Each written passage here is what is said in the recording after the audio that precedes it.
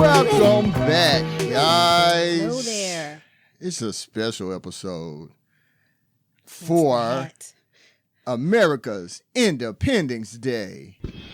Yay! Fireworks, flip-flops, freedom. You saw a shirt that said There was that, an right? actual shirt that someone was wearing that had that slogan. You're an insane person. How you feel about what to Eugene is July 4th? Oh, I apologize. I am Uncle Sam, a.k.a. Gene. That's Steph. This Let's View It Again. Special Independence Day. I apologize. I always just jump into it. What does the 4th mean to me? Yes. I don't know, Steph. As a Afro-American person of African descent, I don't know. Can I be too excited? I mean, I guess 3/5 of my person can be. So 60% or so of me is happy. What about you? Yeah, it's always just been a day that everybody had off, I guess. Essentially. Like it was never, we're celebrating the country's inception. It was just like, let's get together and eat. Because it was a day. It was a day when everybody had off. And some people might, I guess, consider that celebrating, I guess. But it was, it was We different. don't think about the reason for the season. We think about being off and getting together. Yeah. Um, Because if there's one thing that blacks are going to do is get together and grill some meat. and take a day off when they can get it. Because Even if we can't get it, we go take it off. We couldn't get it, literally. you definitely didn't have no off days for about 400 years. I'm taking every day. They were off days. There were no sick days. Yeah. For the listeners, I apologize that you can't get all of this. I am currently donning a Uncle Sam get up. I look magnificent. I have a top hat. If you are familiar with Clubber Lang, it'll be something that he would wear. I also have a beard on. So when I say I'm just like Uncle Sam, I am talking about our great uncle of this nation and not the 90s one-hit wonder Uncle Sam. So let's not be confused. Yes. Do you have a favorite Sam, Steph, in the world? What's the most famous Sam that comes to your mind? The first Sam that comes to mind is Sam Cooke. Okay, I don't think he would have been Sammy Davis Jr. Cool, that's a good one. He might not like to have been called Sam. You can't just be shortening people's names. That's like true. That. So Sam Cooke is the first Sam. Sam Cassell was the first in my mind. And who is that? He's a basketball player. He played for the Milwaukee Bucks as well as the Houston Rockets. So funny. I think of him. I guess Sam Walton. He's not on my top list of Sams. But I mean, the only other Sam I know, we had a friend growing up that lived down the street. Her name was Samantha, and sometimes we would call her Sam. But I don't think I know any guy's name Sam growing up. I have a cousin named Samuel. But see, y'all called him Sam. Yeah, I guess. Oh, I mean, he was younger than me. I just gotcha. Y'all don't really interact that much. Not like talking about. But yes, when I hear Sam, Sam Cooke. Sam Cooke and Samwise Gamgee. Do you know who that is? Tell me. Samwise Gamgee? Sounds familiar, but tell me. That is Frodo Baggins' best bud on The Lord of the Rings. Of course. Samwise Gamgee of the Shire. Yeah. So what made you think to ask that question? Because I'm dressed as Uncle Sam. Okay. So which I need Sam to know. Cooke it is. Sam Cooke. We'll put some Sam Cooke. A change is going to come. Sure. How relevant to it all to fits the together. Season. Yeah. Right. We guess, Sam. We're still singing. Yeah. So now that we did that, we are talking about, because we did a whole little diatribe and we didn't tell the folk what they're here for. If you didn't know. We're here for Independence Day, the movie on Independence Day. Yes. So it all fits together. We do themes here. I have a Coca-Cola shirt on as well. So what's more American? What's more American than Coca-Cola and Uncle Sam? You tell me. Yeah, I have a Beavis and Butthead shirt. So. Beavis and Butthead Take America or Do America. I don't know. One of them. They're doing something with America. Yeah. We got these from Walmart. with Sam What's Walton. more American? What's more American than slave labor? Sam Walton. Isn't that the Yeah, correct. Sam Walton of Uncle Sam's Cola fame. It was the days when you could just get a nice cold cola for a quarter, and they've taken that away from us. We used to be a proper country. You could just fill yourself with artificial sugary drink mix for 25 cents. And those days are gone. No more Dr. Thunder for me. Who named? I don't know why they named it. I mean, who was Dr. Pepper? It was sure, like, but they just needed a word that ended in ER because you had Dr. Pepper. And they were like, let's name it Thunder. Thunder. Let's go. Dr. Thunder. Anyway, we are totally off base. We're talking about Independence Day. Yes. The 1996 film. Steph, give the people a synopsis, finally. We got a short one from IMDb. The aliens are coming, and their goal is to invade and destroy Earth. Fighting superior technology, mankind's best weapon is the will to survive. All right. That's pretty good. I think that's a good one. Like, it lets you know, like, you know, aliens are there, but it don't really tell you how it's going to work out. You know? We know how. Because they do that. This is USA, baby. These colors don't run. Yeah. You know what I'm talking about? I'm talking about the red, the white, and the blue. We talk about it all the time, how the previews, I don't know when it started, when they just start telling the whole movie. Yeah. You know? So, yeah. Okay. Give us something to see. To be excited about. Yeah. Independence Day, the movie, was released on July 2nd, 1996. Keep it aligned with the date from the film storyline. They began on July 2nd in the movie. So I guess that's an interesting thing they tried to do there. The film was written by Dean Devlin and Roland Emmerich, with Emmerich also handling directorial duties. The pair had previously worked together on 1992's Universal Soldier. I don't know if you're familiar with that stuff. That is Jean-Claude Van Damme, the great JCVD, and Dolph Lundgren, who is also a Rocky character, like Clubber Lang. It all fits together if you let it. And they also worked together on the successful Stargate movie. I have never seen that, but the success of that Stargate movie pretty much gave them leverage to make 1996's Independence Day, because they were entrusted with a $75 million budget for this film. But it would prove to be a wise investment, because this movie made $817 million at the box office. That is a lot of dough. How much was it? How much was the budget? Yeah. $75 million. Oh, okay. So, yeah. That'll do. That 817 is like $1.5 billion in today's money. So, yeah, they made a ton of money. But the majority of that came from outside of the United States, what do you call it, box offices. It was worldwide total. I think they made 600 of that overseas. Yeah. I wouldn't think that. It's fine. Well, I'll get into that. This film is the first in line of what we now know of summer blockbuster action type films. Okay. It set the mark for a lot of stuff, as far the big budget, you know, the worldwide appeal where the plot was thin and you didn't really need to know English to enjoy the film. So we see that now, you know, like the Fast and Furious franchise, even the Marvel movies, where the action is pretty much what you're there for. That is the story. That's the story. Yeah. So it set the blueprint. The blueprint for those. It also was the first, if not the first, one of the first films to buy an ad spot at the Super Bowl. They paid $1.4 million for it, I believe, and they spent like $24 million overall. But that was the first movie to do that. $24 million for advertising? For marketing, yeah. So, but $1 million of that went to the Super Bowl ad. Movies weren't doing that before that, but now, you know, that's what you see it all the time. And they want to say that was kind of drove this film's success, because they chose actors, and this will lead into your part, actors and actresses that weren't necessarily famous, but were recognizable yet affordable. And I don't like to use that term when I'm talking about human bodies, but you know what I mean.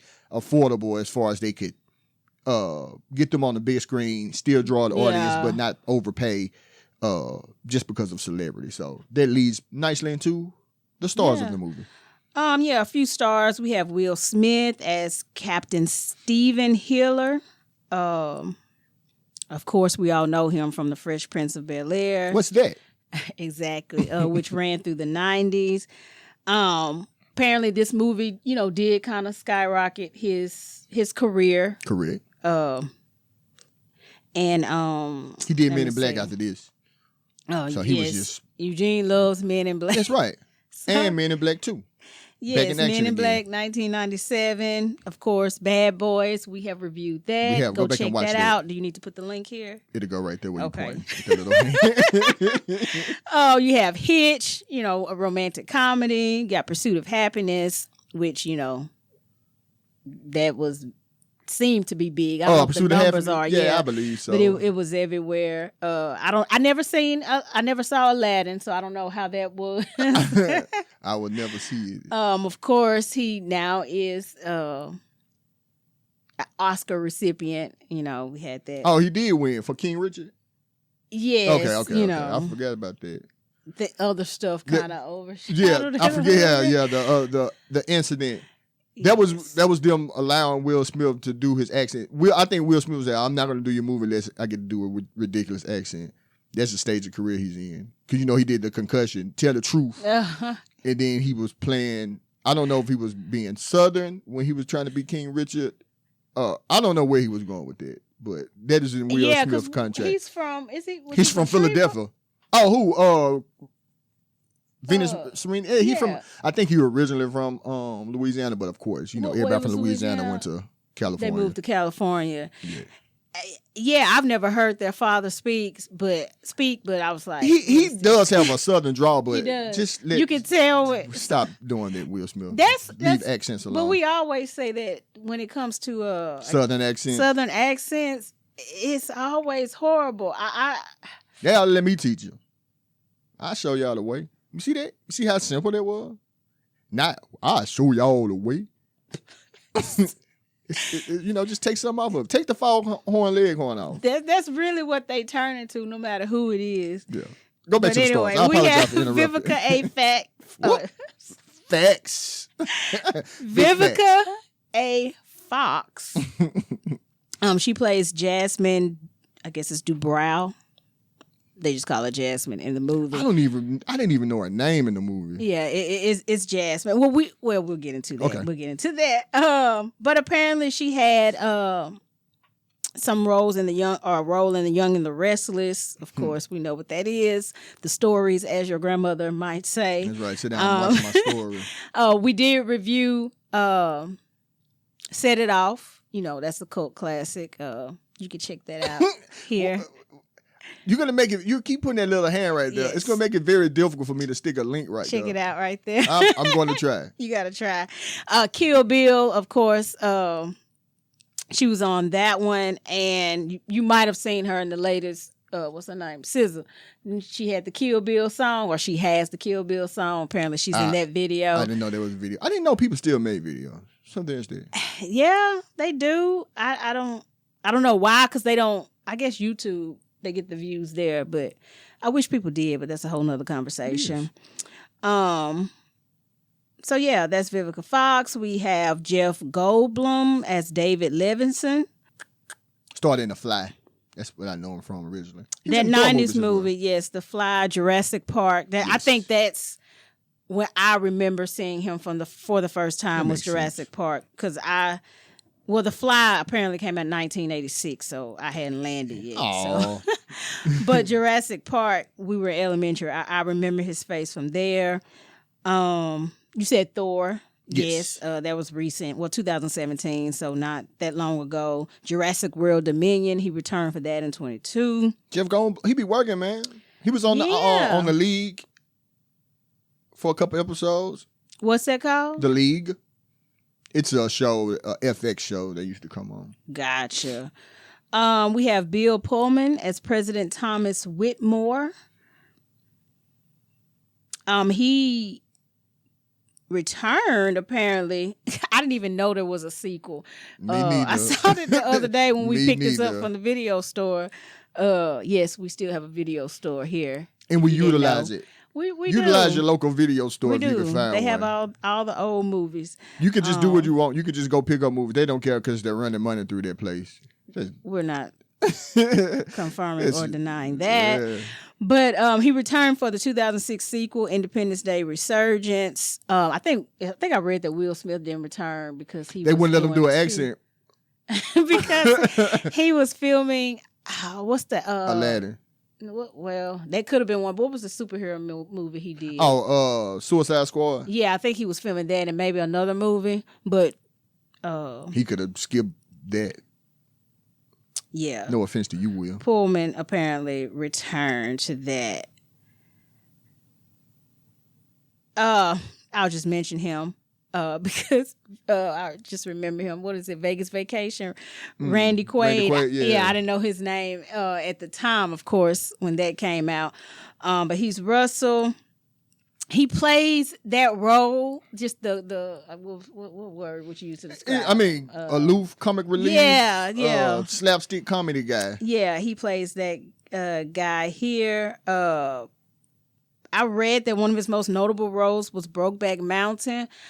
I didn't even know he was in there. I don't even know. Isn't he like a crazy right-wing person? I don't know. I think so. We're not going to talk about you. I'm fairly certain. National Lampoon's Christmas Vacation, he was in there. Appearances on Saturday Night Live. I know he's done a lot. Dennis Quaid is his brother. I don't think I ever knew that they were brothers. There's not a lot of Quaids, I'm sure, so I just assumed they were. Never popped up in my mind hearing that last name. But yeah, so since like the 70s, he's been doing something. At least 1971 National Lampoon's Christmas Vacation. And let's wrap up our stars. That's the stars. We are once again talking about 1996's Independence Day. I feel like I'm not enunciating. Independence. Is it the beard? Maybe so. Beard. I have a chin strap, beard, and a top hat.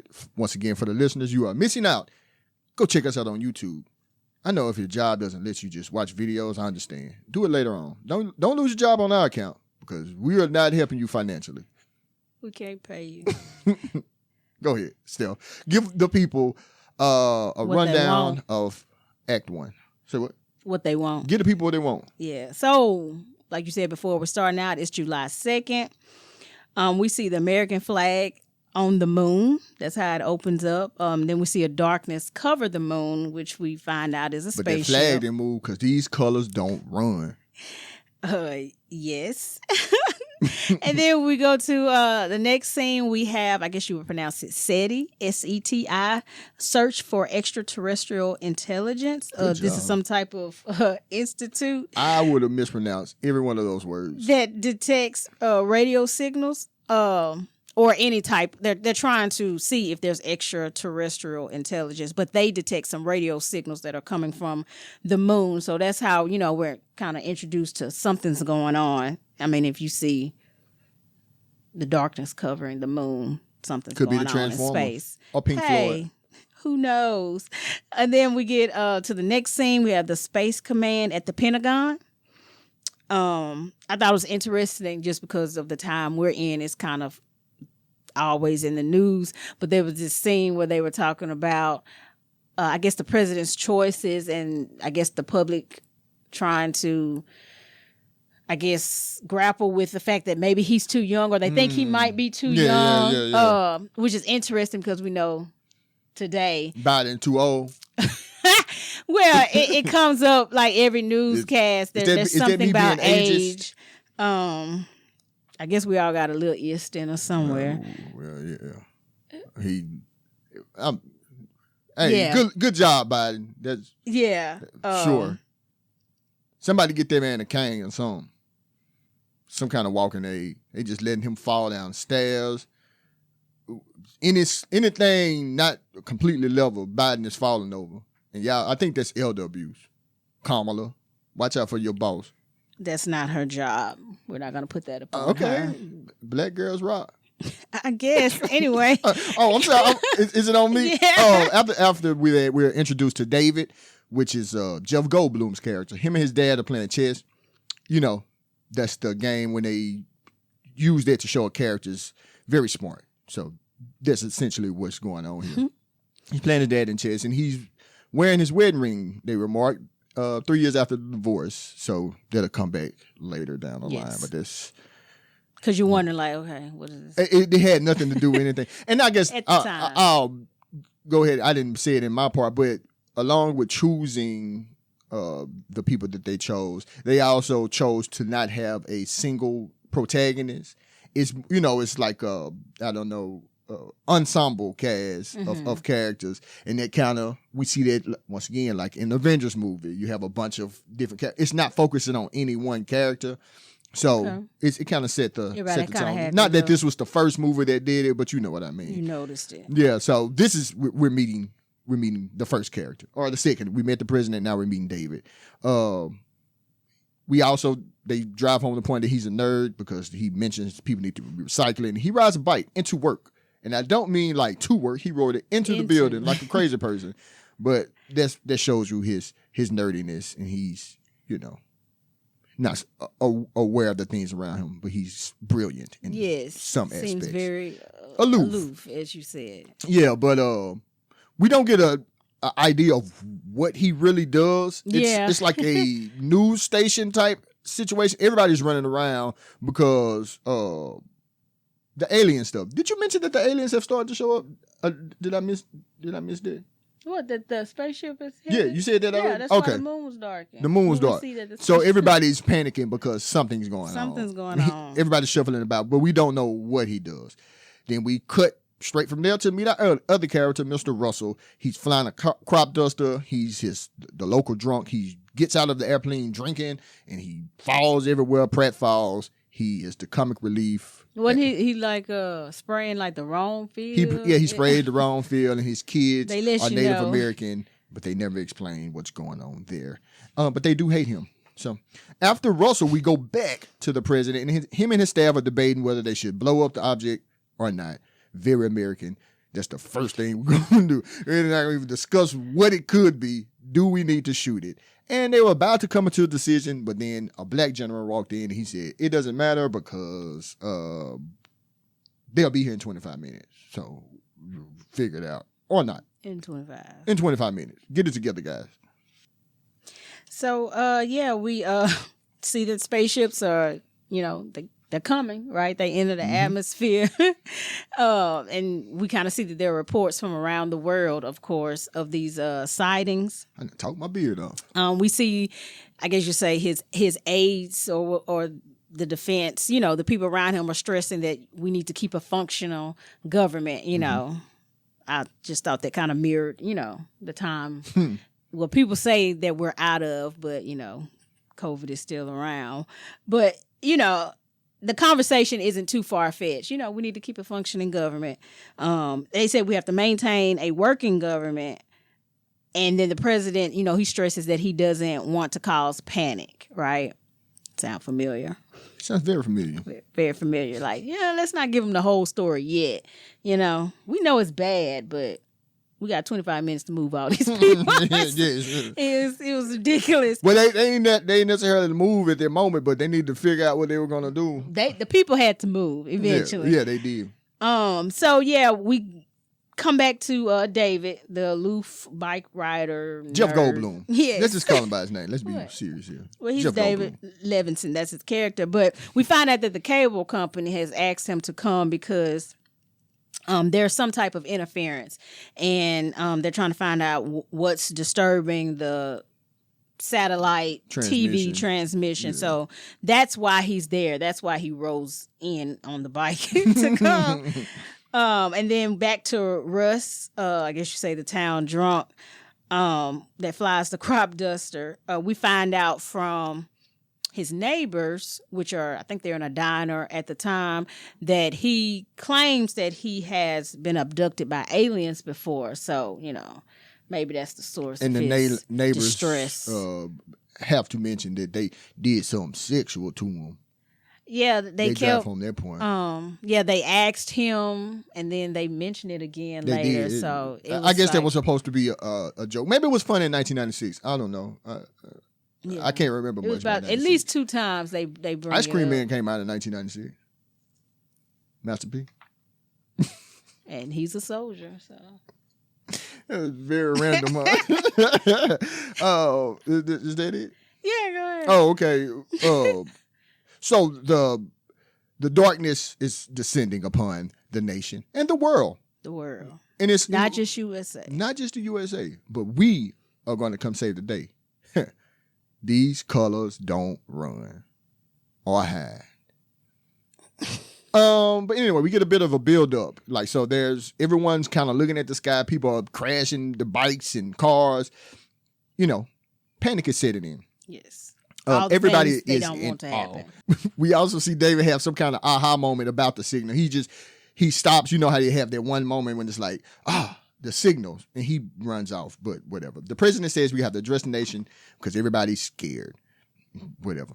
Then we flash back. We're moving from character to character. We saw Dave, we saw the president, we saw Russ. Now we meet our last part of the bunch, old Fresh Prince. He and his wife, Vivica Fox. Well, they aren't married. Oh, I apologize. He and his girlfriend, they are shacking up. He, Vivica Fox, and he has a stepson who is Little Nicky from the Fresh Prince. Everybody's making an appearance here. How far in was... that was a good 30 minutes probably. Because I remember we'll rewatch. It was a true rewatch because I don't even know the last time I saw Independence Day. How about you? Yeah, I can't remember either. But I was just like, where's Will Smith? Like that's how my mind was like, where's Will Where Smith? Fresh Prince at? Where is Muhammad Ali?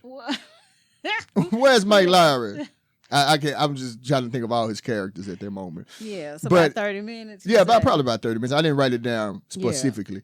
Yeah. I'm going to say 30. Give us a time, and then we'll say who's wrong or right. I say 30 minutes. 29. Anyway, they've heard the commotion. They just assume it's an earthquake, but it is not an earthquake. Will Smith goes outside, and he sees his neighbors scattering about. He finally looks in the sky to see a huge UFO peeking through the clouds. The aliens are here. Or somebody with superior technology. We don't know what's in the ship right now. Could be the Russians, as far as we know. So we say flashback to David, right? It's a bunch of it's a bunch of cuts going back and character to character, but he has figured out what the dwindling signal is, and it's a countdown, so it's not just a signal. It's the final countdown. Yes, literally.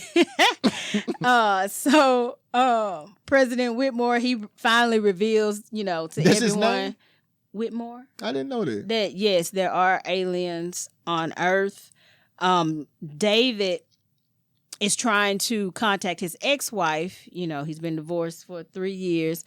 She is the communications director, I believe, for the White House. So, he's trying to get, close to the president. Right. Like, hey, this is a countdown. I believe, have some information this is that you'd like to hear. This is bad.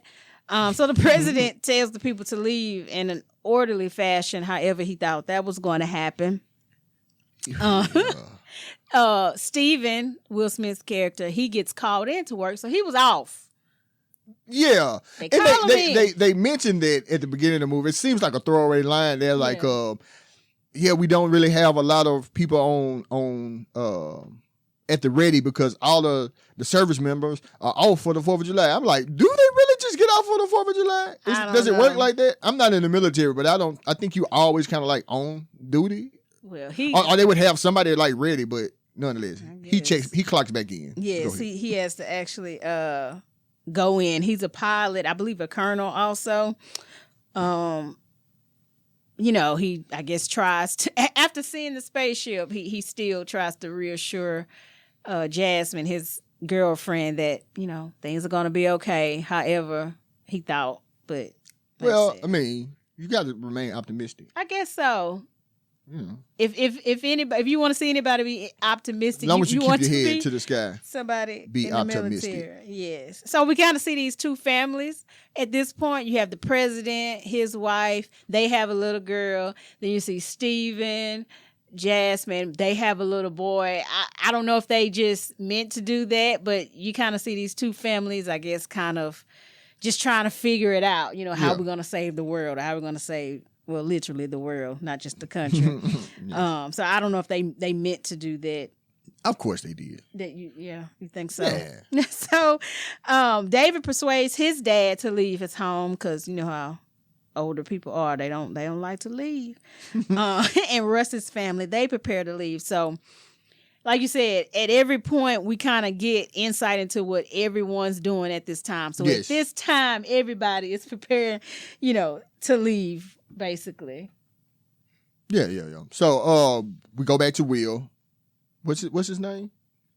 Stephen Hillard. Stephen Hillard, aka Williard, is going back to the barracks.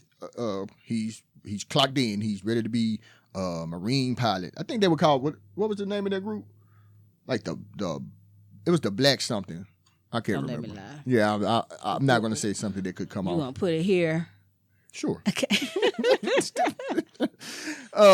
But he gets back to the barrack, and really, this scene only serves to introduce us to yet another character, even more irritating and annoying comic relief person, Harry Connick Jr. I don't know his name in the movie, but he is terrible, and I wish they would have left him out. I don't know how he got the gig. If you don't know who Harry Connick Jr. is, he's from New Orleans, and he's a singer, and he was also in Hope Floats.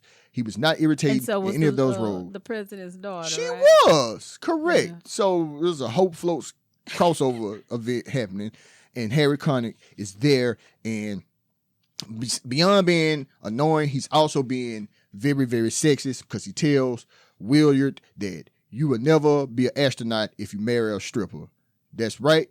Vivica Fox is a stripper, and Harry Connick Jr. tells him you cannot marry her if you want to go farther in your career. How those things connect, I don't know. Why does she have to be a stripper? I also don't know. Yeah, I didn't know how that all went together. Yeah, why would you have to cast her as a private dancer, a dancer for money? Rest in peace, Tina Turner. After the brief scene there, we skip right ahead to Jeff Goldblum again. He and his dad are riding through Washington, D.C., towards the White House in a national emergency, and they are just moseying on along. Nobody's stopping them. Nobody's checking papers or nothing. 1996 was a different beast, I tell you. You can't, if right now today, not even aliens showed up. If the Oath Keepers were trying to storm the Capitol, let's hypothetically say people tried to storm. Let's hypothetically say a group of people would storm the U.S. Capitol because the person that they wanted to win a popularity contest didn't win. Let's say hypothetically somebody could be that stupid. You know how difficult it would be to get downtown to wherever the White House is, 1600 Pennsylvania Avenue? They just mosey on right in there. And that's how people... And what year would it be hard? To do that? Yes. Well, to... well, depending on what you look like and who you're affiliated with, you can just stroll on in there. So that's what David and his dad do. And then he pulls out something of a jig and he triangulates systems and, make-believe stuff because this is 1996. There's no Wi-Fi. There's no 5G. But he's doing all these miraculous things, and he calls his wife on her cellular phone in 1996 and says, let me in the White House. I got some things to tell you about this whole alien situation. Yes. And she lets him in. But then, once he gets in there, she tells him that to explain the whole goings on to the president, because she's the communication. She has a line right to him. Right. And he says, hey, that whole communication thing, that transmission that we've been getting? There's some alien chicanery afoot. They've been tricking us. It was a countdown. The clock is ticking. You have 27 minutes now. I don't know. It was 25 minutes before they got there. Now it's 27 minutes before they attacked. Calculate the precise time. Down, they could have just gave it a smooth half hour, but the writer said, no, 27 minutes is more believable before everybody is destroyed because they are attacking.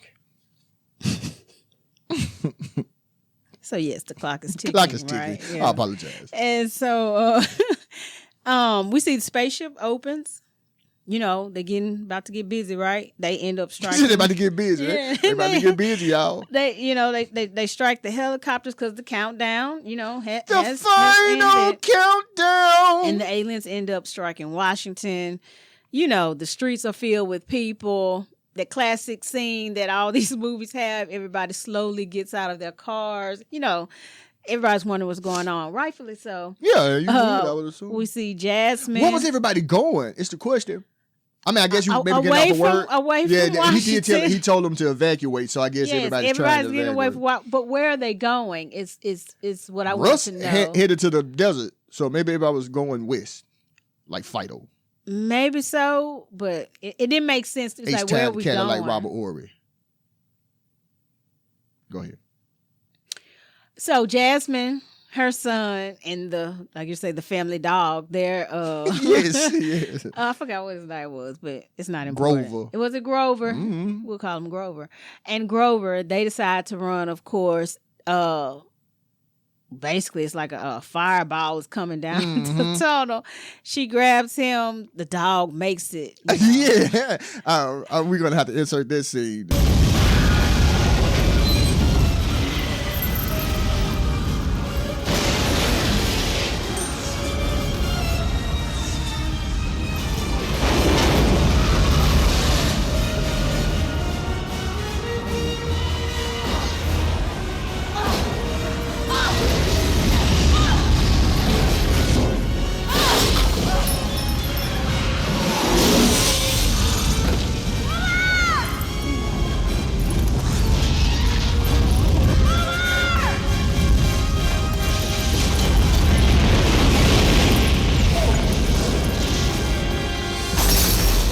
They did a slow motion explosion for the dog. He made it.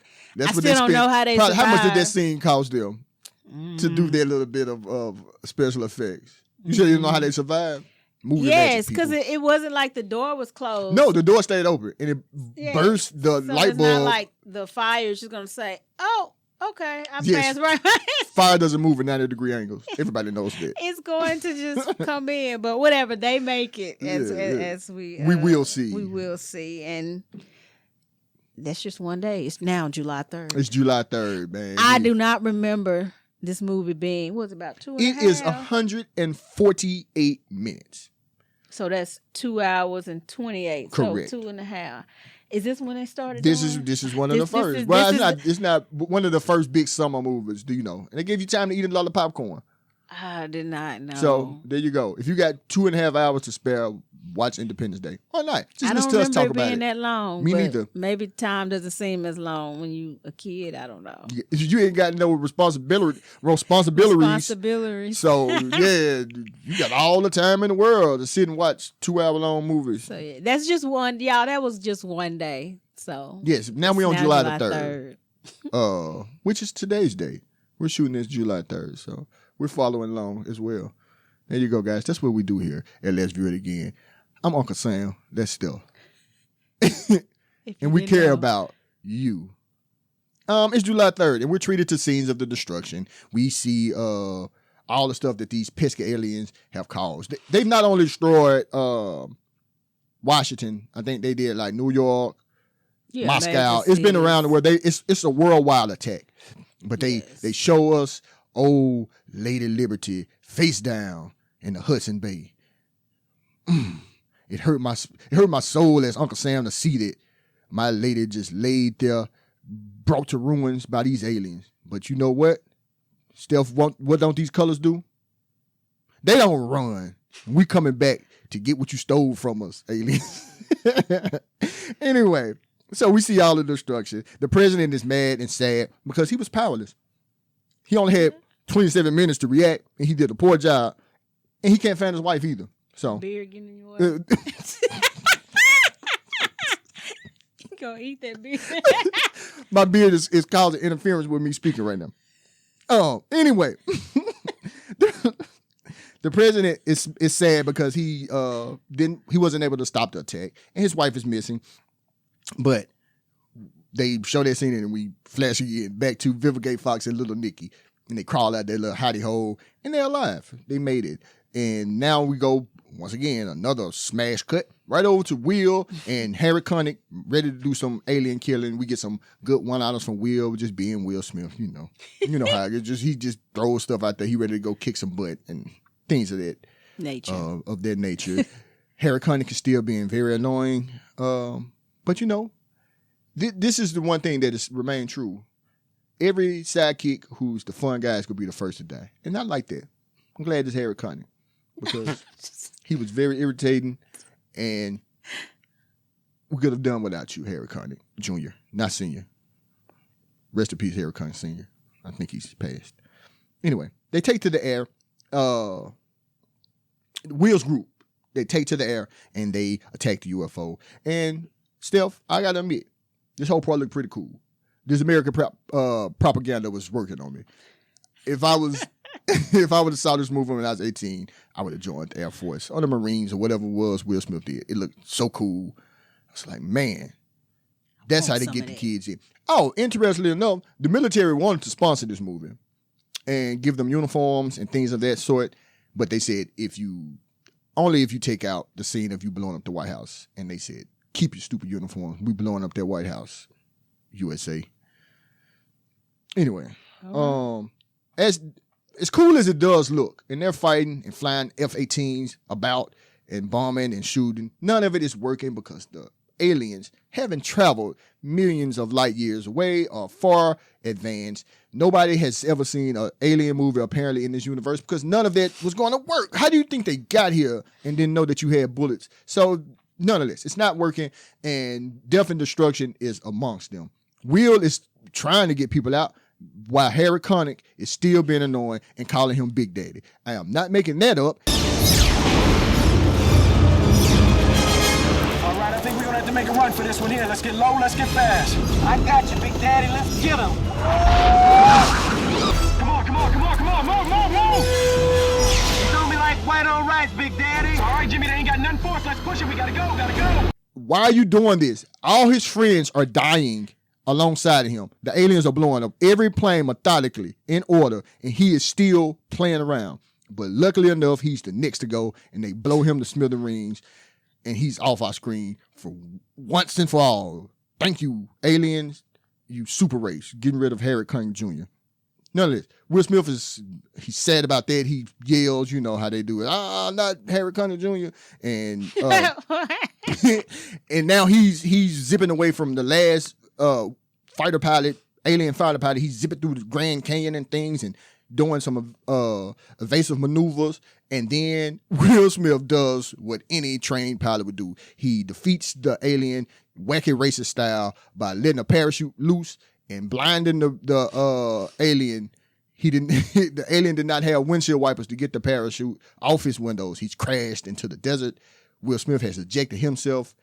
He walks over and he punches an alien in the forehead. And he says, that's what I call a close encounter. Thank you, Will Smith, for that line. Did you catch that? Yeah.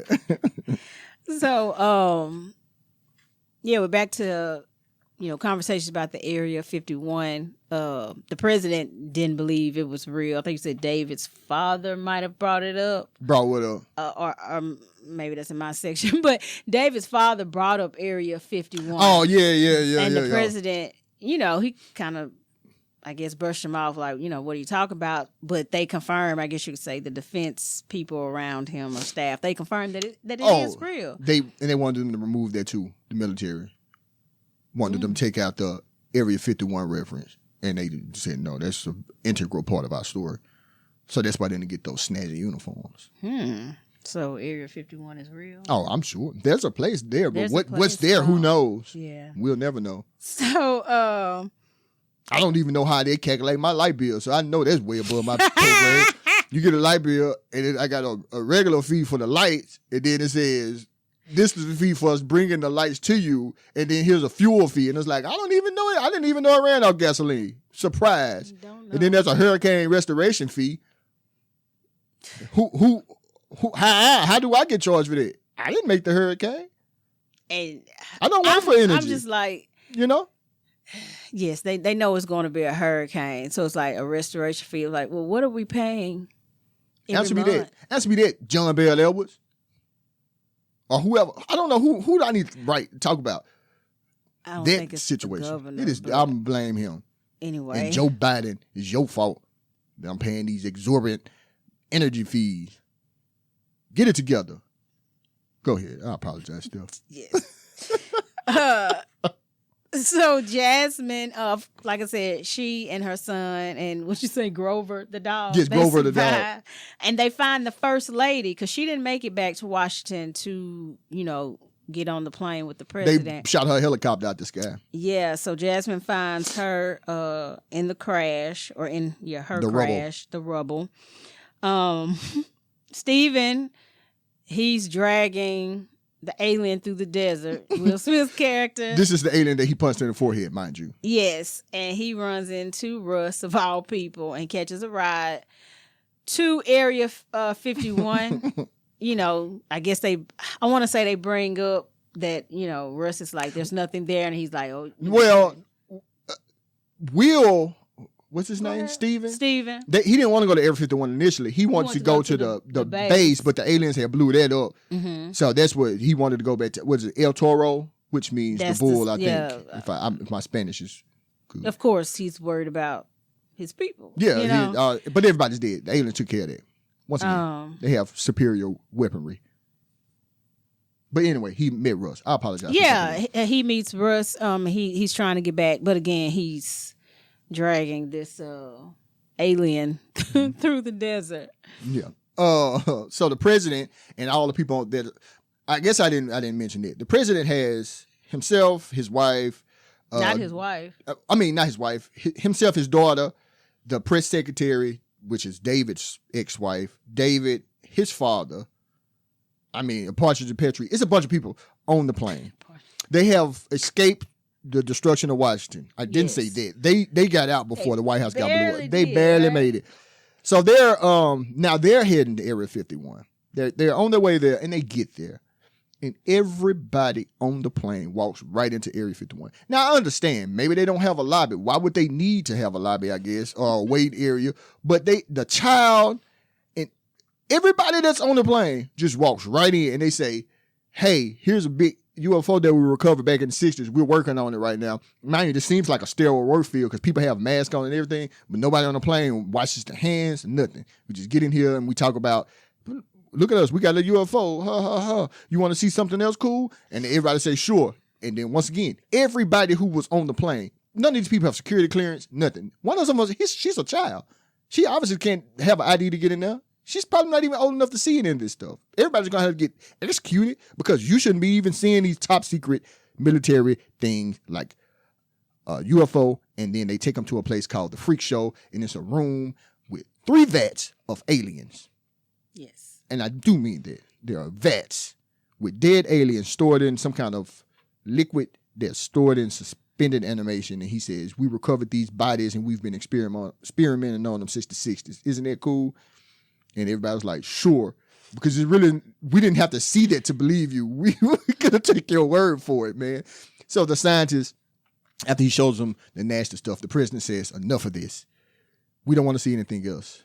Just fix it. We need to take these aliens. Can they die? And he says, yeah, they can die. He said, okay, well, you and Jeff Goldblum get together, figure it out. I know you don't work for the United States government, but right now you're a contractor. Get it together. Shouldn't have got on the plane. You shouldn't have got on the plane. Yeah, so Steven ends up, getting to the area. He shows the alien to get clearance, right? It's like, you want to let me in? Well, look what I got. Yes, it's it, yeah. A little show and tell. So let it get you right in. But, they let a child in there, so. Well, she was the president's daughter, That's true. So she gets a pass, I guess. So the officials predict that they have about 36 hours till, every city's hit. Don't have long. Stephen, he's still thinking that Jasmine and her son could be alive, but he learns that the city was destroyed. So, he's down, but not for long, right? He's still going to attack these aliens. No time to be down. But exactly. The scientists open the alien that he brings, and it ends up attacking them. I guess it was just sleep, unconscious, playing dead, playing possum. I don't know. But it ends up attacking them. The president tries.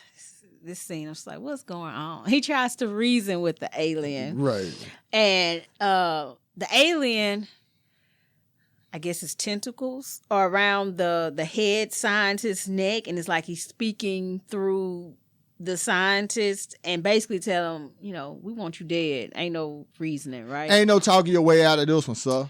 Nah. So the aliens want the humans dead. They end up shooting the alien. The alien is dead. Through the glass. Yes. The alien's behind glass. He asks, I guess Secret Service, whoever, is this bulletproof? And like, no, sir. And they say no. And then they just shoot. And I was like, instead of just going through the door and shooting, you destroyed all this stuff. I whatever. I guess it was a cool, man. It was just a cool scene, man. Maintain distance. That's true.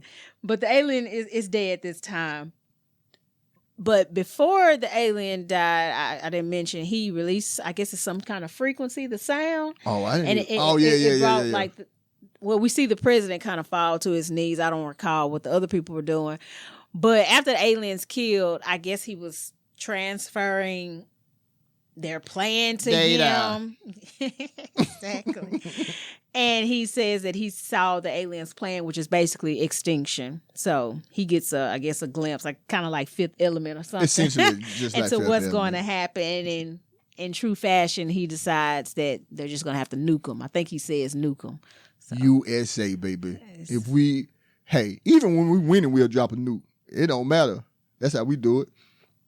That's what I'm talking about. Government just don't care about nobody. Anyway, they have armed the nuke, and it's on its way to Houston, of all places. I'm not exactly sure why they chose Houston, but one of the aircraft is over Houston at the time, and they're going to drop a bomb on Houston. I'm on it 59 South Lee, baby, holla, baby. So you dropped the bomb on me. I'm sorry. Go ahead. Okay. They fired the nukes, and then they begin obviously what's going to be a premature celebration because the nuke does diddly squat. They did not learn that they have a barrier up. They did this whole scene ago when Harry Connick died. That was the whole reasoning. Yeah, wasting time. You wasted the whole bomb and just showered the whole city of Houston with nuclear fallout for nothing. Anyway, Will Smith at this time has stolen the helicopter, and he's heading to where his wife is, or his girlfriend, his living girlfriend. I don't know how he knows where they are, but he finds them. He lands a helicopter right at the intersection or whatever that they are at, and he says, "Hey, I made it." And she was like, "You're late." And you're like, I got to make an entrance. And it's triumphant music playing, and he's kissing her, and the first lady is smiling on while she's dying of internal bleeding. We learn that in the next scene because the doctor says, "Hey, President, we found your wife, but bad news. She's not going to make it. We are the best doctors in the world, and we just can't stop her." Yeah, they didn't really explain, but I guess what would be a situation where they couldn't stop internal bleeding? I guess anything could happen, but she would have died out there on the street. She was just up there talking, though. She was smiling at Will Smith and Vivica Fox kids. Man, maybe she was running to shock. I don't know. Maybe so. But anyway, his wife dies, and he and his daughter share a moment, and they say, "We're going to get those aliens." Daddy. I'm making that up, but that's what they thought. Yes, so we have finally made it. This probably 2 hours in to July 4th. Yeah. We're here. So Independence Day. So David, has figured out, that there's this protective shield around the spaceship. He gets a soldier to shoot a can, and then everything just bounces off, of the protective barrier. Yeah. That's his little demonstration to show everybody else. So his idea is to send a signal to implant a virus into the mothership, which, ends up affecting all the mothership smaller connection, ship. baby Baba. Yeah. To deactivate that protective shield. So that's the plan. Let's put a virus into the mothership. Apparently, this will only last for a few minutes. Of course, it's always a little bit of time. So, they got to do it right the first time. Steven volunteers to fly. He survived everything else. I guess he just wants to live on the edge. He volunteers to fly. And so we have Russ. He comes back. You know, he wants to volunteer. Everybody that can fly is going to fly Correct. in this movie. Anybody that can get in the air, they volunteer to help. Because everybody else is dead. Yeah. Stephen, before they, go off on this, I guess you say excursion, I don't know, assignment, he does get married to Jasmine. I guess he want to say, hey, if I don't return, at least I made an honest woman out you get my benefits. I don't know. That's true. But there's no government left to pay her, so I don't know. Well, we must have a working government. They have a working government. They have the president. The president is there. He can still sign a check, I So, suppose. yeah, they get married. What is it? David and his wife, the divorced couple, they are the witnesses. Oh, so cute. Yeah, whatever. So yeah, he's getting ready to go, so he decides to marry Jasmine. Yeah, and now we open up with a scene of old red, white, and blue flapping in the wind. Gave proof to the night that our flag was still there. It's the 4th of July. Old Glory. The old Betsy Ross handkerchief. I don't know if they call it that. But once again, these colors, they don't run, baby. And it's there. And the president comes and he gives a hilarious motivational speech and says, let's put aside our petty differences like racism and high taxes. We're not thinking about that right now. We got a common enemy and we'll get back to that other stuff in due time. Today is going to be the day that America saves everybody. You no longer have an Independence Day. Mexico, Europe, Canada, your day will be 4th of July just like ours because we are going to stick our necks out and save you. You guys ready? Then everybody said, yeah, we're ready. Let's go kill some aliens even though we don't have the tech. And then But they got David. They do have David. And then the president says, I'm going to suit up and I'm going to fly too. Steph told you. Everybody that could possibly fly. So he jumps in the plane like the old George Washington, the father of this country, crossing the mighty Delaware River to go chase his slave who got away on a judge, his ruthless pursuit of his property. That is the man who founded this country. Don't be fooled. I will not be bound by no CRT rules. I will tell you the truth. I am Uncle Sam. Anyway, Jeff Goldblum and the Fresh Prince jump in an alien spacecraft. Jump in a spacecraft. They could have died up there. Listen, they jump in the spacecraft and Will Smith gives some insane reasons how he should be the one who's qualified to drive. It's like, I saw this thing move. It's like, you're not an alien. Whatever. And he spits in Harry Connick's dead face and he says, I have made it to space even though I married a stripper. Because him and Jeff Goldblum leave the Earth's atmosphere headed toward the mothership to drop this virus on the Queen and everybody will die. And they don't have oxygen masks, but no need to explain how they did not die instantly when they got to space. They gonna get there. As they're supposed to approach the mothership, they no longer can pilot it. The mothership is driving them in because it's taking over the ship. So they're floating through the alien spaceship. They finally dock, and then Jeff Goldblum does some of his magic.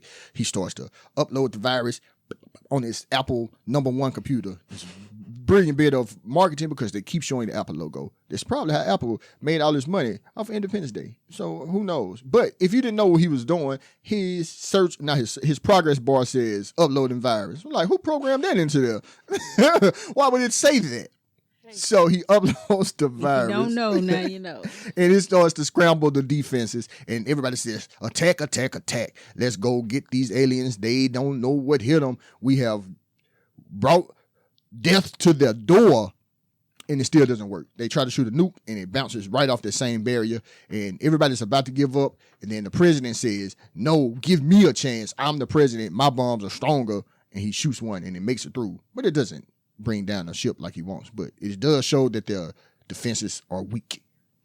Yeah, so like you said, they're stuck.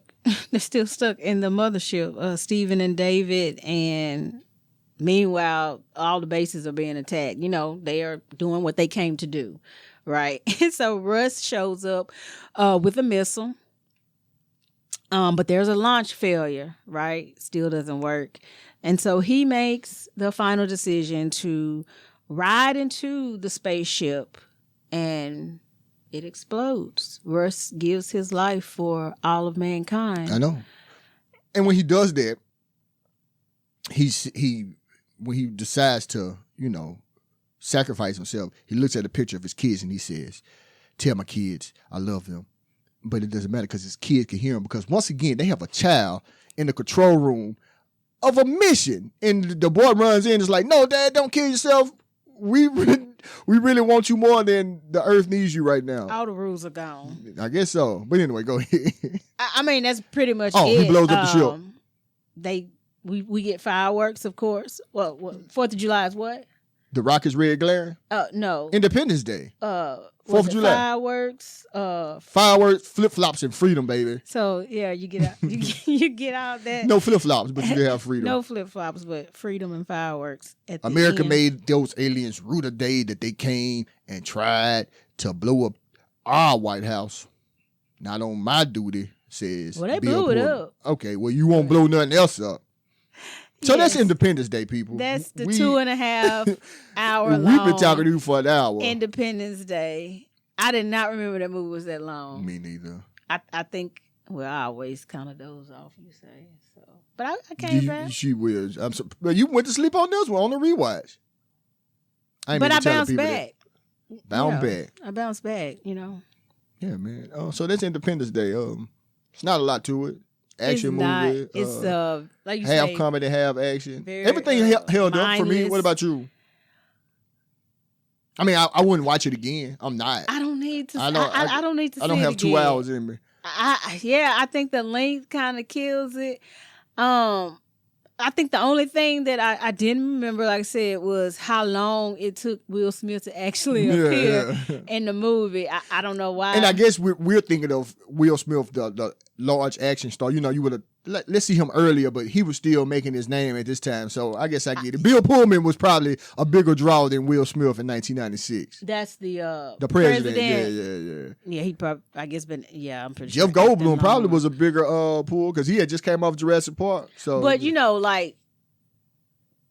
well, I guess, like you say, hindsight, that is his movie. It's Will Smith's movie. Yeah, he came through like a wrecking ball and stole every scene. It's Will Smith, man. Yeah. You can say what you want. For the people out there who say he can't do accents, y'all can say that. Not me, but people who may say that. But he's a scene stealer, man. He's just that guy.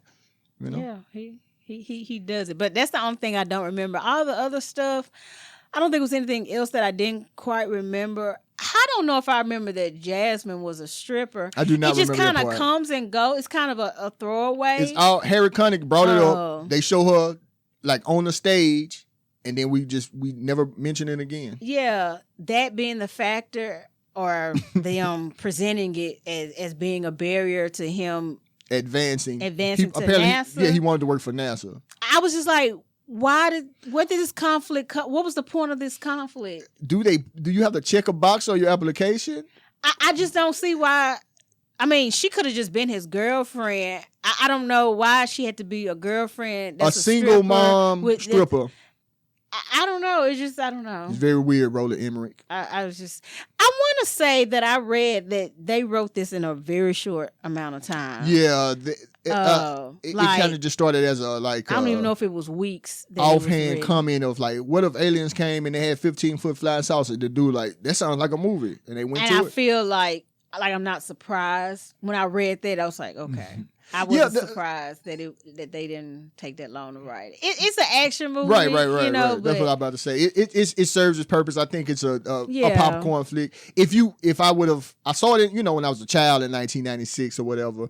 But if I had seen it, as a teenager or an adult, I still would probably have the same type of feeling about it. It's just a good popcorn. You know what it is. Yeah, I'm going for that. Stuff is blowing up. The script is pretty hollow, but it wasn't. We didn't need monologues and no. I mean, the acting wasn't bad. The practical effects were good for me. I mean, I've saw some reviews that I guess from the time that didn't particularly care for them. Just talking about I guess Jurassic Park had high quality. Some of Steven Spielberg's movies and stuff like that.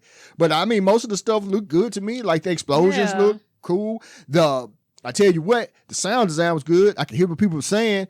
Unlike movies that are released 30 years later, I don't know what that somebody is. whispering in the corner, and then I try to turn the TV up to see what you're trying to say, Ralph Angel, and then an explosion happens.